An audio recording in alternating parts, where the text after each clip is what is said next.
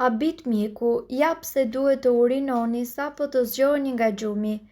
Gjatë natës veshkat filtrojnë urinën më pak se zakonisht dhe fshikëza juaj zbutet dhe mund të pranojë më shumë urinë. Gjithashtu hormoni antidiuretik dërgon qelizat që të mbajnë ujë, gjë që shkakton peripecitë tuaja në mëngjes me urinimin. Kafja nuk e ndihmon këtë gjendje pasi është diuretik i fortë dhe nëse është pija e parë në mëngjes atëherë nuk është çudi që të kthesh në tualet çdo disa minuta. Vizitat e shpeshta në mëngjes në tualet janë mjaft normale, por nëse kjo ndodh tërë ditën atëherë duhet të bëni një vizitë mjekësore.